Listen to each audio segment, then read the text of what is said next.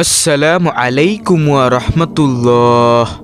প্রিয় দর্শক, আজকে আমরা 10টি ছোট আমল নিয়ে আলোচনা করব যা কিয়ামতের দিন আপনার নেকির পাল্লাকে অনেক ভারী করে দিবে ইনশাআল্লাহ।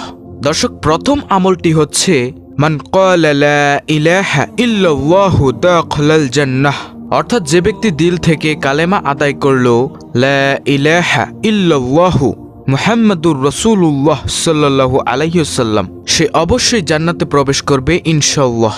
সুতরাং কালেমা লা ইলাহা ইল্লাল্লাহু মুহাম্মাদুর রাসূলুল্লাহ সাল্লাল্লাহু আলাইহি ওয়াসাল্লাম, যে কালিমায় তাওহীদ ব্যতীত মানুষের দুনিয়াতে নিষ্কৃতি নেই, আখিরাতেও নাজাত নেই। কিয়ামতের দিন এক বান্দার কোনো নেকি হবে না, সে খুবই পেরেশানিতে থাকবে। তখন আল্লাহ রাব্বুল আলামিন বলবেন, পেরেশান কেন তুমি? পেরেশানি হইও না, তোমার একটি আমল আমার কাছে আছে। ফেরেশতাদের নির্দেশ দেওয়া হবে তার সেই ছোট্ট আমলনামাটি নিয়ে আসার জন্য। ওই ছোট্ট আমলনামার মধ্যে এক পাশে থাকবে তার গুনাহের বোঝা, আর অপর পাশে কোনো নেক আমল থাকবে না। আল্লাহ তাআলার হুকুমে ফেরেশতারা তার নেক আমলের একটি কার্ড নিয়ে আসবে। ওই কার্ডখানি যখন তার নেকির পাল্লার দিকে রাখা হবে, সেটা তার সমস্ত গুনাহসমূহের চাইতেও বেশি ওজন হবে। প্রিয় দর্শক, সেই কার্ডটি হলো কালেমা লা ইলাহা ইল্লাল্লাহু মুহাম্মাদুর রাসূলুল্লাহ সাল্লাল্লাহু আলাইহি ওয়াসাল্লামের কার্ড। সেখানে এই কালেমাটি লেখা থাকবে। সেই ছোট্ট কার্ডটি তার নেকির পাল্লাকে ভরে দিবে এবং আল্লাহ রাব্বুল আলামিন নির্দেশ দিবেন তাকে জান্নাতে নিয়ে যাও। সে জান্নাতের হকদার হয়ে গেল। রাসূল সাল্লাল্লাহু আলাইহি ওয়াসাল্লামের সহিহ হাদিস, আসমান জমিন সকল কিছুকে এক পাল্লায় রেখে আরেক পাল্লায় লা ইলাহা ইল্লাল্লাহ রাখলে অবশ্যই লা ইলাহা ইল্লাল্লাহ এর পাল্লা ভারী হবে। অর্থাৎ আমরা সকলেই শয়নে স্বপনে উঠতে বসতে চলতে ফিরতে প্রতিনিয়ত রব্বুল আলামিনের অন্যতম জিকির লা ইলাহা ইল্লাল্লাহ আমরা কলবে জারি রাখবো ইনশাআল্লাহ। প্রিয় দর্শক, দ্বিতীয় আমলটি অত্যন্ত ছোট একটি আমল, কিন্তু তা কিয়ামতের ময়দানে 7 আসমান 7 জমিন যে পাল্লাকে ভরতে পারে না, সেই পাল্লাকে ভরিয়ে দিবে। মুসলিম শরীফের হাদিস, যে আল্লাহ ফয়সালায় রাজি হবে, আল্লাহ তাআলা তাকে যে হালাতে রেখেছে তাতে সে খুশি হয়ে বলে দেয় আলহামদুলিল্লাহ। সে যদি গরিব হয় এবং তারপরও সে আলহামদুলিল্লাহ বলে, সে যদি অসুস্থ হয় এবং তাকে যদি জিজ্ঞাসা করা হয় যে আপনি কেমন আছেন, তখন সে যদি মন থেকে বলে আলহামদুলিল্লাহ, অর্থাৎ সকল প্রশংসা আল্লাহ রাব্বুল আলামিনের জন্য, আমি ভালো আছি, কেননা সে অন্যের তুলনায় ভালো আছে।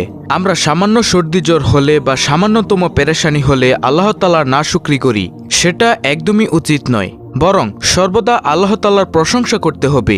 হাদিস শরীফের মধ্যে আছে, যে সন্তুষ্টি চিত্তে আলহামদুলিল্লাহ বলে, আল্লাহ রাব্বুল আলামিন কিয়ামতের দিন 2টি পাল্লা নেকি দিয়ে তার নেকের পাল্লা আরো ভরিয়ে দিবে। প্রিয় দর্শক, তৃতীয় আমলটিও খুবই ছোট্ট একটি আমল।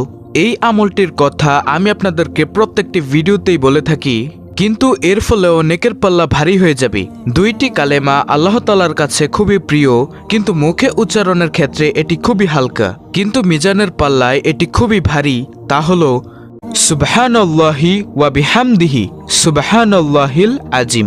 রাসূল সাল্লাল্লাহু আলাইহি ওয়াসাল্লাম হাদিসে কুদসিতে বলেন, আল্লাহ রাব্বুল আলামিন বলেছেন, এই 2টি তাসবিহ দুনিয়া ও দুনিয়ার মধ্যখানে যত কিছু আছে তার থেকেও সর্বশ্রেষ্ঠ।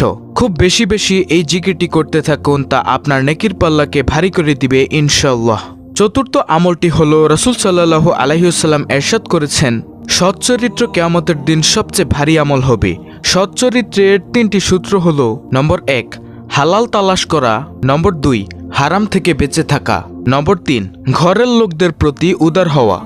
আপনি ঘরের লোকজনদের জন্য খরচ করাতে, তাদের খাওয়া দাওয়ার ব্যাপারে, কাপড় চোপড়ের ব্যাপারে, এমনকি তাদের যে কোনো হালাল প্রয়োজনের ব্যাপারে উদার হওয়া, মুক্ত হস্তে তাদের জন্য খরচ করা।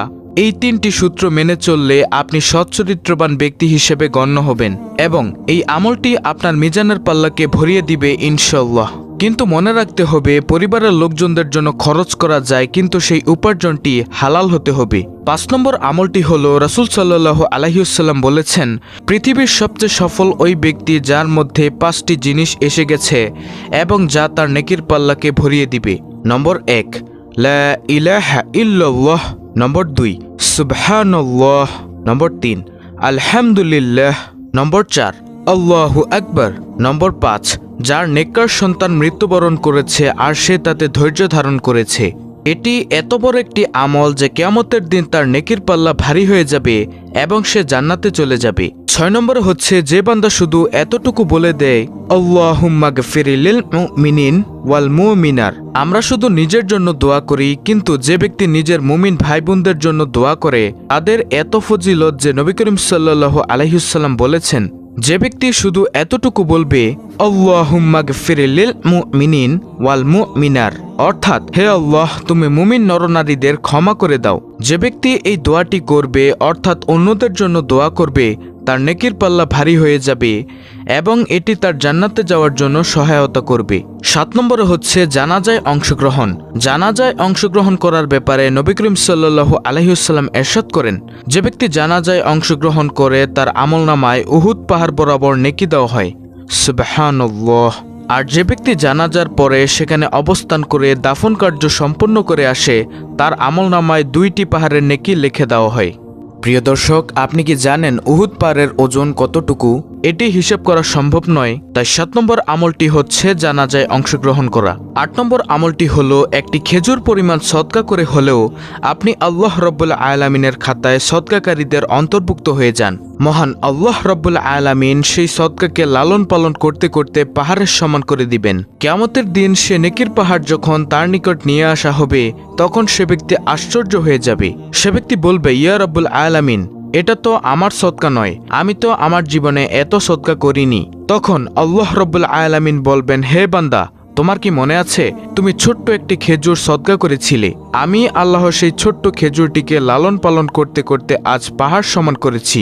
এটা তোমারই সদকা, আমি লালন পালন করে এত বড় করেছি। সুতরাং আল্লাহর রাস্তায় কেউ যদি একটি খেজুর দান করে থাকে, সেটি আপনার নেকির পাল্লাকে পাহাড় সমান করে দিবে ইনশাআল্লাহ।